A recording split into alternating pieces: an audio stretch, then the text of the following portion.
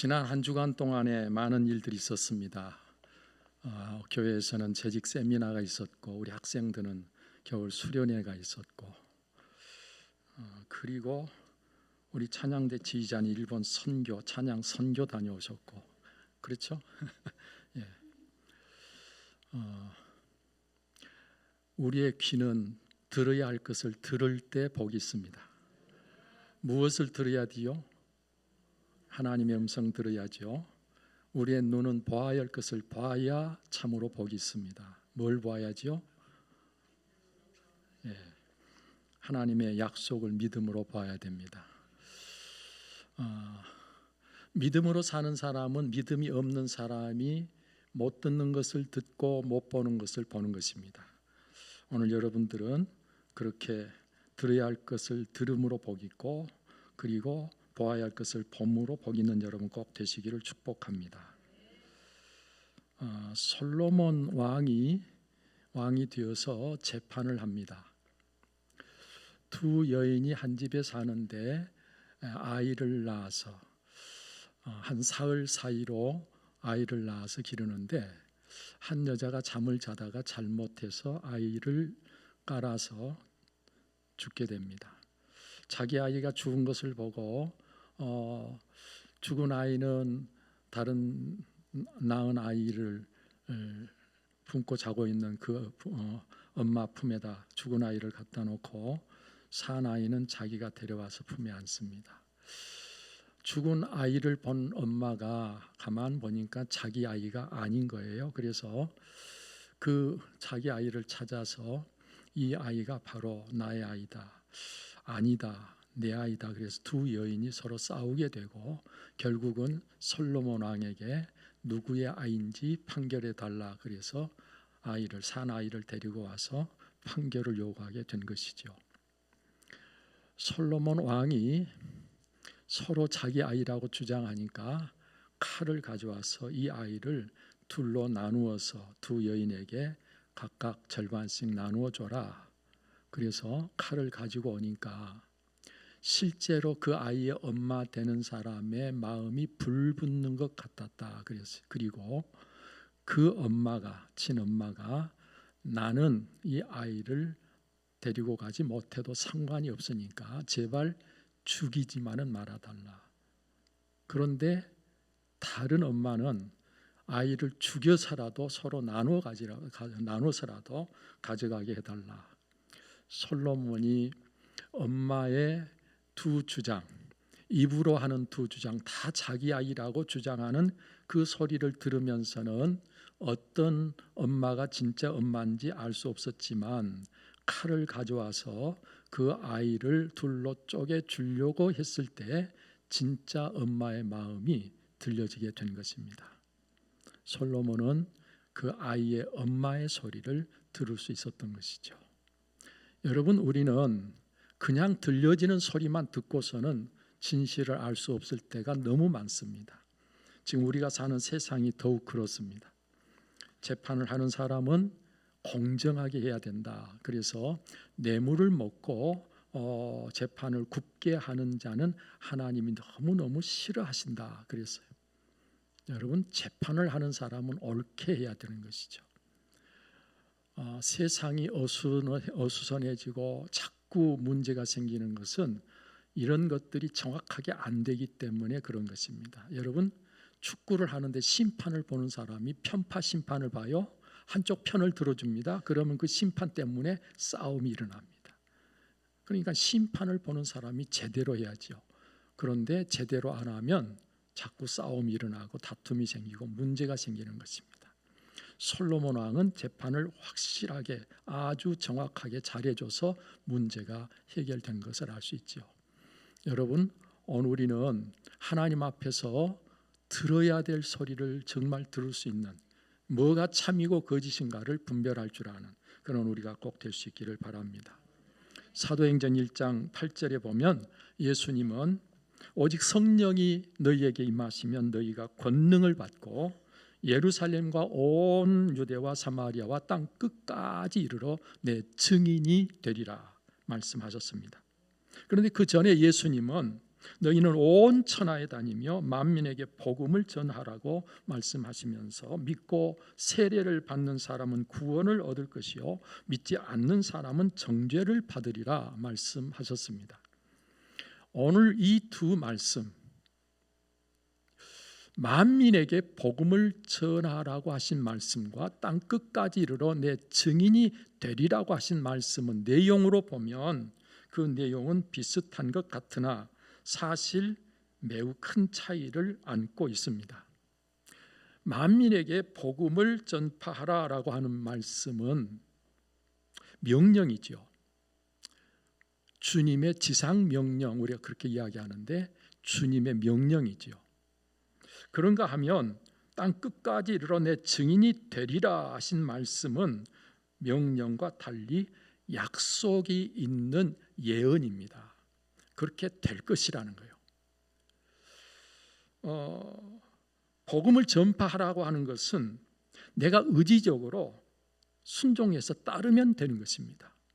그런데 성령이 임하시면 증인이 되리라라고 하는 것은 내가 의지적으로 해야 되는 게 아니라 그렇게 되어진다는 것입니다. 명령, 복음을 전파라고 하는 이 명령, 이것은 내가 복음을 전하기만 하면 되는 것이지만 증인이 되라고 하는 말씀은, 증인이 되리라고 하는 말씀은 특별히 내가 전하는 내용을 내가 입증까지 해야 되는 것이 증인입니다. 그런데 그것이 내가 할 수 있는 게 아니라 성령이 임하시면 그렇게 된다고 말씀하시고 계시는 것이죠. 오늘 선교주의를 맞아서 저는 선교를 명령하시기도 하고 선교를 예언하시기도 하신 예수님의 말씀을 생각하면서 여기 주신 오늘 이 본문의 말씀을 선교적인 관점에서 이 말씀을 받아 함께 나누려고 하는 것입니다.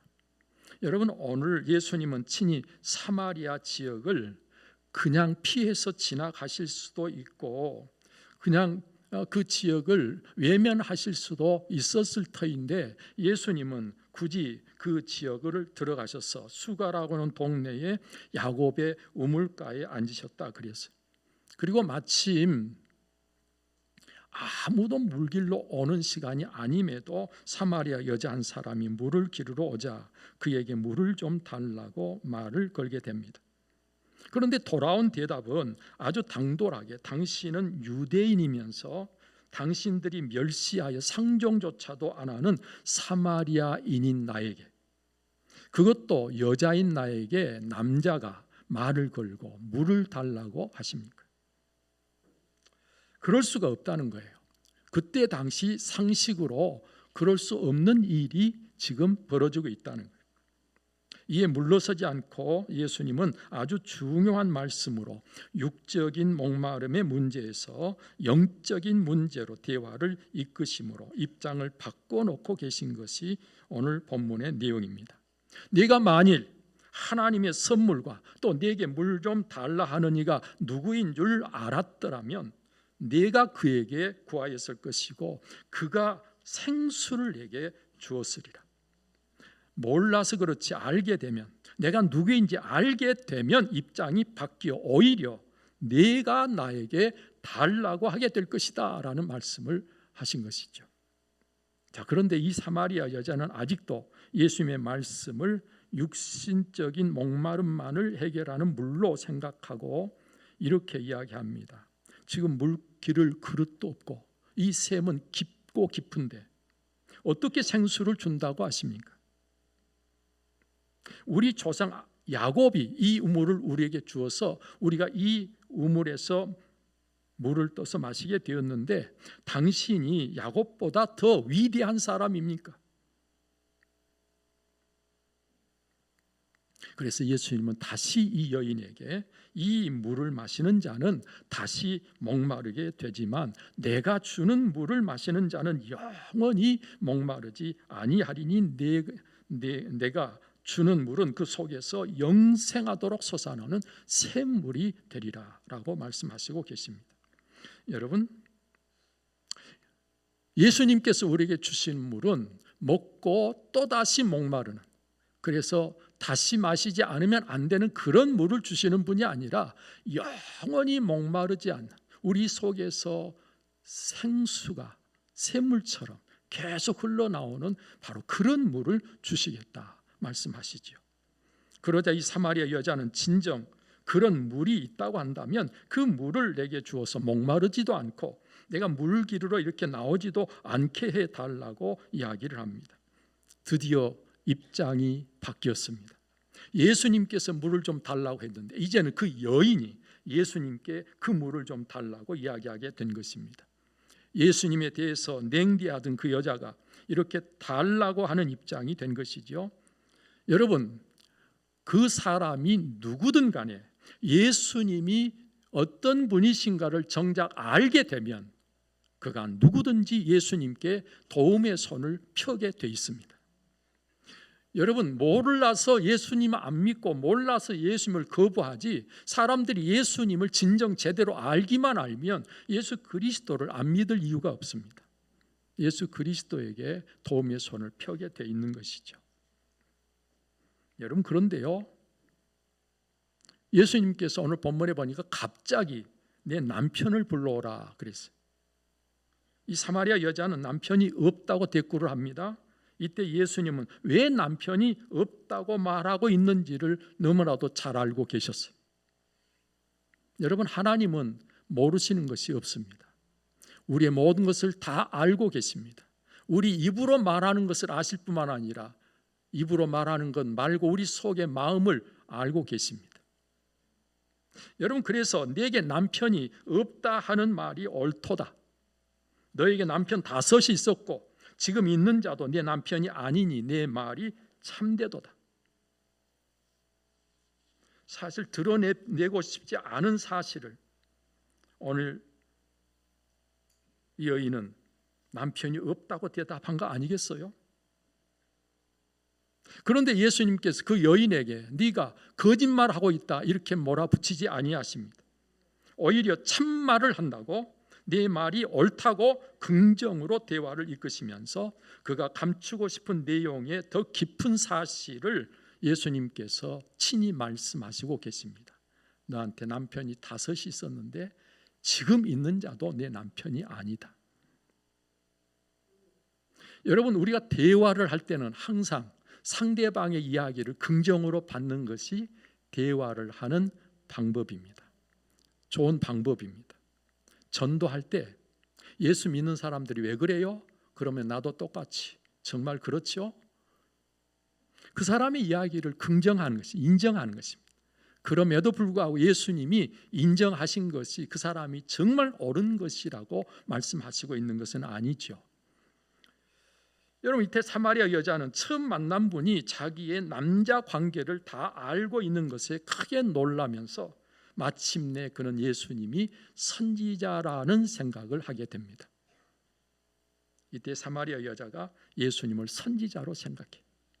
그리고 나서 여자가 아주 재치 있게 재빨리 대화의 주제를 바꿉니다. 관심을 다른 데로 돌립니다. 그래서 예배 장소에 대한 질문을 하지요.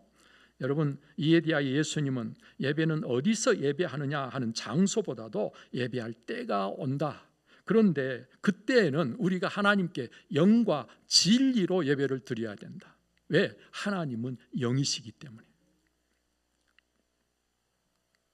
하나님이 받으시기 합당한 하나님 앞에 옳게 예배 드리는 자가 되는 것이 예배를 어디서 드리느냐보다 훨씬 더 중요한 일이다. 하나님은 영이시기 때문에 우리가 예배를 드릴 때 장소가 중요한 게 아니고 참으로 하나님이 받으시는 예배를 드려야 되는데 그 예배는 영과 진리로 예배 드리는 것이다. 영으로 예배한다고 하는 것은 성령의 인도하심을 받는다는 의미도 있지만 더 중요한 것은 우리의 예배가 오직 하나님 그분에게 초점이 맞추어져야 돼. 하나님 그분에게 사이클이 맞춰져야 된다는, 내 뜻을 따르고 내가 원하는 대로 예배하는 게 아니에요. 내가 예배 중심이 아니에요. 오직 모든 예배는 하나님이 중심이고 하나님이 초점이고 하나님이 원하시는 대로 해야 된다. 그게 바로 영으로 예배하는 것입니다. 그런가 하면 진리로 예배한다는 것은 진리는 바로 예수 그리스도입니다. 예수 그리스도 그분 안에서 우리가 예배를 드릴 때 하나님이 받으시는 예배가 된다. 예수 그리스도 안에서 예배한다는 것은 예수 그리스도를 믿음으로 예배를 드려야 그 예배가 하나님이 받으시는 예배가 된다. 예수 그리스도를 믿으면 예수님께서 우리 안에, 내가 그분 안에 거한다 그랬어요. 여러분, 이렇게 우리가 예수 그리스도 안에서 예배를 드리는 그 예배야말로 하나님이 받으시는 예배.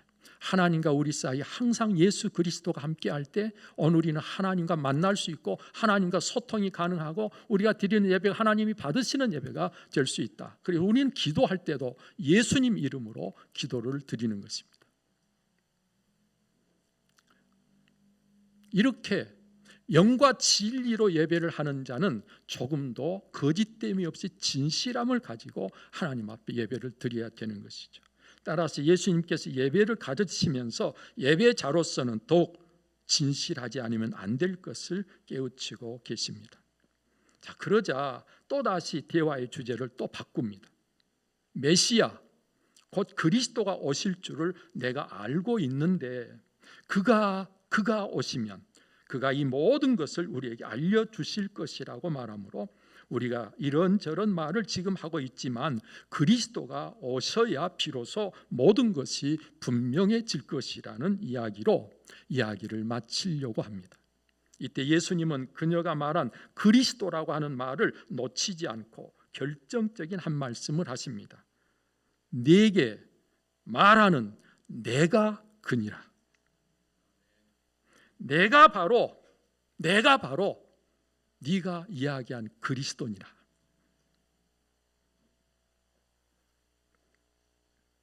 예수 그리스도가 오시면 모든 것이 분명하고 확실해집니다. 그런데 이 여인은 그 그리스도가 자기 눈앞에 있는데도 이분을 그리스도로 알지 못했기 때문에 지금 딴 이야기를 하고 있습니다. 그래서 예수님께서 이 여인에게 자기 자신이 바로 그리스도라고 하는 사실을 알려주고 있습니다. 이제 더 이상 회피할 방법이 없고 더 이상 핑계할 방법이 없습니다. 자기 눈앞에 예수 그리스도가 서 계십니다. 자기 앞에 계신 예수님을 그리스도로 인정을 하든지 반대로 이를 거부하고 외면하든지 이제는 둘 중에 하나를 선택하는 것만이 그가 할 수 있는 일이었어요. 예수 그리스도를 잘 알지 못하는 사람들에게 예수님을 받아들이든지 예수님을 거부하든지 그 둘 중에 하나를 할 수밖에 없도록까지 가야 선교가 되는 것입니다. 우리는 이와 같은 내용들을 통해서 예수님의 선교를 배울 수가 있어요. 예수님께서 앞서 선교라고 하는 것은 어떻게 하는 것인가를 미리 이렇게 보여주고 계신 것입니다. 따라서 오늘 본문을 통해서 우리는 5가지로 예수님의 선교를 정리해 볼 수 있어요. 첫 번째는 선교는 먼저 찾아가는 것이 꼭 필요하다는 거예요. 예수님께서 사마리아 지역의 그 우물가로 찾아가셨잖아요. 찾아가야 돼요. 참 빛으로 오신 예수님을 알지 못해서 어둠 속에 갇혀 있으면서도 그것조차도 깨닫지 못한 사람들을 찾아가는 것이 먼저 해야 할 일입니다. 죄의 굴레 아래서 그 종노릇하고 있으면서도 무엇이 죄인지조차 어떻게 되어야 참으로 자유한지조차도 알지 못하는 사람들을 찾아가야 하는 것입니다.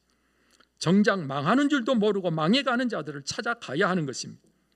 성경은 우리에게 분명히 말씀하십니다. 아름다운 소식을 전하는 자들의 발이 아름답다. 아름다운 소식을 전하는 자들의 발이 복이 있다.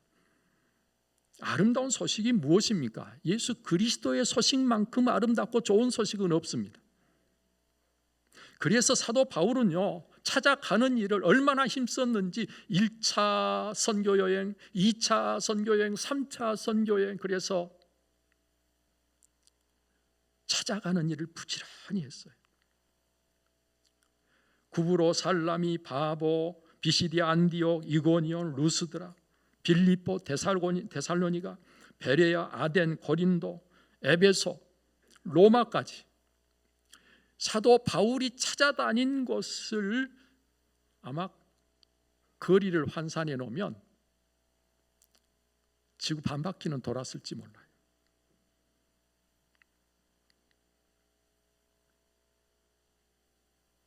부름받아 낯선 이 몸 어디든지 가오리다. 사도 바울은 그렇게 선교했습니다. 왜요? 사도 바울은 자기의 주인 되신 예수 그리스도께서 하늘 보좌를 비우시고 우리를 찾아오셨기 때문에, 그 예수님께서 사마리아 지역을 찾아가셨기 때문에, 바로 그 예수님의 본을 따라서 사도 바울도 그렇게 했던 것이, 그렇다면 오늘 우리도 그렇게 해야 되는 것이죠. 두 번째로, 우리는 지역이 어디든 대상이 누구든 가리지 않아야 되는 것입니다. 이 사람은 되고 저 사람은 안 되는 게 아니에요. 구약의 요나는 원수의 나라 수도 니느웨로 하나님께서 보내서 그들을 깨우쳐서 하나님의 진노를 면하게 하려고 하시는데, 요나는 거기는 안 가겠다는 거 아닙니까? 오늘 우리도 어쩌면 여기는 난 가기 싫습니다 하고 안 가고 싶은 곳이 있을 수 있어요. 그런데 그러면 안 된다는 거예요. 예수님 당시 사마리아, 그리고 사마리아 사람은 어떤 대상이었습니까? 아시는 그대로요, 유대인들이라면 다 멀리하고 꺼리는 그런 지역이요, 그런 사람들이었습니다. 전쟁으로 이스라엘이 망하고 그때 혈통을 고수하지 못해서 혼혈족이 되어버린 일로 사마리아인들이 멸시의 대상이 되었던 것이 역사적 배경이죠. 그래서 유대인들은 그 사마리아 지역을 안 들어가는 것입니다. 그 사람들을 만나지 않으려고 하는 것입니다. 그런데 예수님은 꾸역꾸역 그 지역을 찾아 들어가십니다. 여러분, 그런 사마리아 지역을 찾아 들어가신 것은 우리가 선교하는데 어떤 지역은 안 된다, 어떤 사람은 안 된다 구별하고 오늘 우리가 가리면 안 된다는 거예요. 어떤 지역이든 누구든 우리는 예수 그리스도를 전해야 되는 것입니다. 소외되고 가난하고 약한 자들, 공고한 자들이라면 더더욱 우리는 찾아가야 할 필요가 있는 것이죠. 하나님은 모든 사람이 다 구원받기를 원하시기 때문에 그렇습니다. 아골 골짝 빈 들에도 복음 들고 가오리다. 소돔 같은 거리에도 사랑 안고 찾아가서 종의 몸에 지닌 것도 아낌없이 드리리다. 여러분, 이 찬양의 고백대로 오늘 우리는 어디든지 누구에게든지 가야 된다. 세 번째로, 선교란 육적인 관심에서 영적인 문제로 그 관심, 그 선교 대상이 가지고 있는 관심을 바꿔주는 것이 꼭 필요합니다. 시선을 바꾸고 관심을 바꾸어서 살 수 있는 길로 이끌어야 된다는 말씀이죠. 그래서 예수님께서는 물에서 영생의 물로 관심을 바꾸죠. 물에서 영생의 물로 관심을 바꾸어 놓습니다. 예배 장소에서 관심을, 참된 예배자로 관심을 바꾸어 놓는 거죠. 장소보다도 예배자가 어떤 예배자가 되느냐, 그게 진짜 중요한 것이다. 단지 그냥 기다리고 있는 그리스도에서 이제는 바로 내 앞에 서 있는 현재적 그리스도로 관심을 바꾸신 것이죠. 막연하게 언젠가는 오실 것이라고 생각하며 그리스도를 기다리는 바로 그런 그리스도관이 아니라 바로 내게 찾아와 계신 현재적 그리스도, 바로 그렇게 관심을 바꿔 놓는 것입니다. 선교는 이처럼 예수 그리스도를 바라보게 하고 내게 찾아오신 예수 그리스도에 대해서 결단하게 하시는 것이죠. 네 번째로, 또 자신을 있는 그대로 보게 해서 자기에게 무엇이 필요한가를 깨닫게 해줘야 될 필요가 있습니다. 예수님은요, 제일 감추고 싶은 남편에 대한 이야기를 꺼내므로 이 사마리아 여자 그 자신의 내면에 빛을 비추어서 가리고 싶고 숨기고 싶어 어둠 속에 있는 그녀를 거기서 이끌어내 주셨음을 알 수 있습니다. 자신의 실상을 직시하게 함으로 해서 자기 자신에게 무엇이 필요한가를 보게 하셨던 것이죠. 여러분, 이렇게 자신에 대해 솔직해지지 않으면 예수님을 그리스도로 만날 수가 없습니다. 그래서 복음이 전해지는 때는 언제나 먼저 회개를 촉구하게 됩니다. 자기 자신이 얼마나 형편없는지, 구제불능의 존재인 것을 먼저 깨달아야 그 다음이 있는 것이죠. 내가 죄인인 것을 깨달아야 죄 문제를 해결할 그리스도가 필요한 것이죠. 내가 병든 것을 깨달아야 의사를 찾게 되는 것이죠. 그래서 오늘 이 여인에게 그 자신의 실상을 보게 하신 것이 예수님께서 남편을 데려오라고 말씀하신 내용입니다. 성경글에서 이렇게 말합니다. 만일 우리가 죄가 없다고 말하면 스스로 속이고 또 진리가 우리 속에 있지 아니할 것이요, 만일 우리가 우리 죄를 자백하면 그는 미쁘시고 의로우사 우리 죄를 사하시며 우리를 모든 불의에서 깨끗하게 하실 것이요, 만일 우리가 범죄하지 아니하였다 하면 하나님을 거짓말하는 이로 만드는 것이니 또한 그의 말씀이 우리 속에 있지 아니하니라. 요한일서 1장에서 말씀하고 계십니다. 다섯 번째로, 선교는 마침내 예수님을 메시아로, 곧 그리스도로 만나게 해야 됩니다. 죄인의 구원은요, 메시아 곧 그리스도를 만나야 이루어지는 것이죠. 여러분, 이것이 되어야 합니다. 그래야 선교가 선교되는 것이죠. 선교의 목적을 달성하는 것이죠. 이것이 없으면 선교 열매를 거두지 못하는 것 아니겠습니까? 성경에 보면 예수님은 자신을 드러내지 않으려 하신 적이 많습니다만 그것은 그러려고 하신 것이 원래 의도가 아니라는 것을 알 수 있습니다. 단지 아직 때가 이르지 않았기 때문이라고 예수님은 말씀하십니다. 예수님은 사실 자신을 사람들에게 주려고 오셨습니다. 그래서 자신을 알리려고 모든 것을 하셨고, 따라서 자신을 제대로 알지 못하고 단지 기적을 행하고 병이나 고쳐주는 분으로 그렇게 생각하는 사람들을 볼 때마다 안타까워하셨어요. 한 가지만 예를 들면 오병이어의 사건으로 5천 명이나 되는 사람이 먹고 배불리 먹고 12광주리가 남았지 않습니까? 이 사건이 있고 나서 사람들이 잔뜩 예수님을 찾아 몰려왔습니다. 그때 예수님이 하신 말씀이, 너희가 나를 찾는 것은 표적을 본 까닭이 아니요 떡을 먹고 배부른 까닭이로다. 예수님은 단지 떡을 먹고 배불러서 나를 찾아온 것에 대해서 안타깝게 생각하시면서 너희가 표적을 본 까닭이 아니다, 표적을 봤으면 그 표적을 통해서 예수님이 누군가를 알아야 되는데 그건 관심이 없고 단지 배불러서 예수님을 찾아왔다는 거예요. 여러분, 표적이라고 하는 것은 이 표적을 통해서 예수님이 누군가를 알게 해주는 것입니다. 그냥 기적 그러면 그냥 어떤 놀라운 사건이, 우리 힘으로 어떻게 할 수 없는 놀라운 사건, 그러면 그건 기적이에요. 그런데 그 사건을 통해서 우리가 예수 그리스도를 알고 예수 그리스도를 본다면 그건 표적인 것입니다. 예수님이 행하신 오병이어는 표적이었어요. 어떤 표적? 하늘에서 하나님께로부터 오신 생명이시다. 우리에게 생명의 떡이다. 우리에게 생명을 주러 오신 분이다. 굶주려서 죽어갈 수 있는 사람들에게 단지 그들의 육신의 배만 채워주는 그런 주님이 아니고 영원한 생명, 참 생명, 절대로 다시 죽지 않는 참 생명을 주시려고 오신 분이 바로 예수님이시잖아요. 우리가 그걸 봐야 된다는 거예요. 그런데 사람들이 그걸 못 보는 거예요. 진짜 보아야 될 것을 보는 눈이 없는 것이죠. 그래서 예수님은 안타까워하셨다는 거예요. 오늘 우리는요 26절까지 말씀만 보았는데 그 뒤에 내용을 보면 예수님을 그리스도로 만난 사마리아 여자는 물 기르러 온 물동이를 버려두고 동네로 달려 들어가서 자기가 만난 분을 좀 와서 보라고, 이분이 바로 그리스도가 아니냐고 외치면서 예수님을 전합니다. 그리고 그녀의 증언에 따라서 그 동네 많은 사마리아인들이 예수님을 믿었다라고 성경은 기록하고 있지요.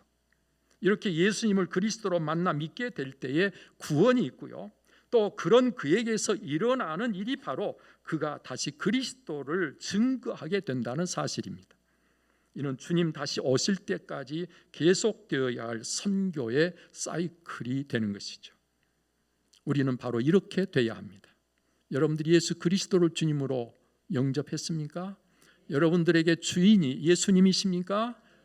그 다음에 뭐 해야 돼요? 그 다음에 우리는 나를 구원해 주신 그 놀라우신 예수 그리스도, 우리에게 참 생명 영생을 주려고 오신 바로 그 그리스도를 전하고 그리스도를 선포하는 저와 여러분들이 되어야 한다는 것이죠.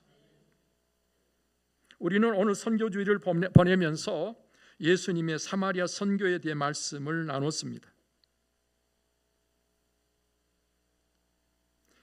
선교는 지상 명령일 뿐만 아니라 성령 받은 자라면 그 속에서 그 성령께서 반드시 예수 그리스도의 증인으로 살아가게 하심으로 예수 그리스도의 증인 될 수밖에 없습니다.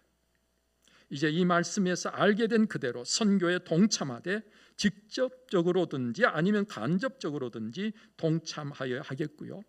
그렇게 하되 예수님의 본을 따라서 선교함으로 선교에 성공해서 나로 인해서 예수님을 그리스도로 만나 구원받는 사람이 내 주변에 자꾸 더하여져야 할 줄로 믿습니다. 요한복음 6장 38절의 말씀에 보니까 내가 하늘에서 내려온 것은 내 뜻을 행하려 함이 아니요 나를 보내신 이의 뜻을 행하려 함이니라.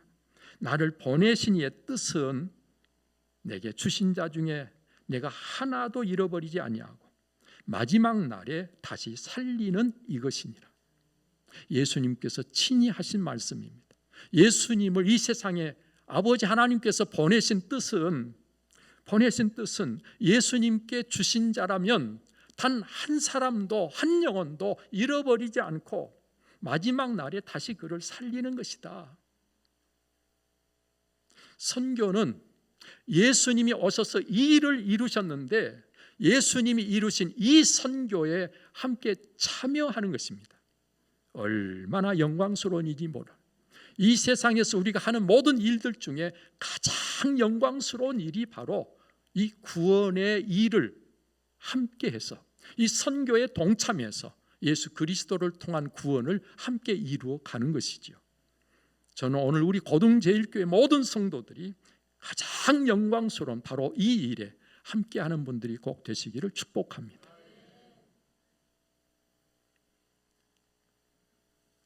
입으로 아멘이 아니라 삶으로 아멘 하십시다. 할렐루야. 제가 재직 세미나 하면서 이야기했는데 그때는 아멘하고 다 했는데 보니까 여기 앞에 앉지 않고 또 제자리 다 앉고 있어.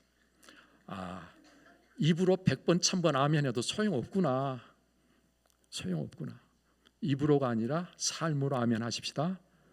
기도하겠습니다. 존귀하신 아버지 하나님, 오늘도 하나님께서 우리를 선인도하시고 지금 이 시간 우리에게 말씀해 주시니 감사합니다. 들을 귀를 갖게 해 주옵소서. 믿음의 눈으로 보아야 할 것을 보게 해 주옵소서. 오늘 우리가 무엇을 어떻게 해야 할지를 말씀해 주셨사오니 이제는 우리가 삶으로 아멘하는 하나님의 사람들 꼭 되게 하여 주옵소서. 그래서 나로 인해서 내 주변에 있는 많은 영혼들이 주께로 돌아와 구원받는 축복이 꼭 있게 해 주옵소서. 이 영광스러운 일에 우리 모두 함께 동참케 해 주옵소서. 이 모든 것 주 예수 그리스도의 이름으로 기도하옵나이다. 아멘.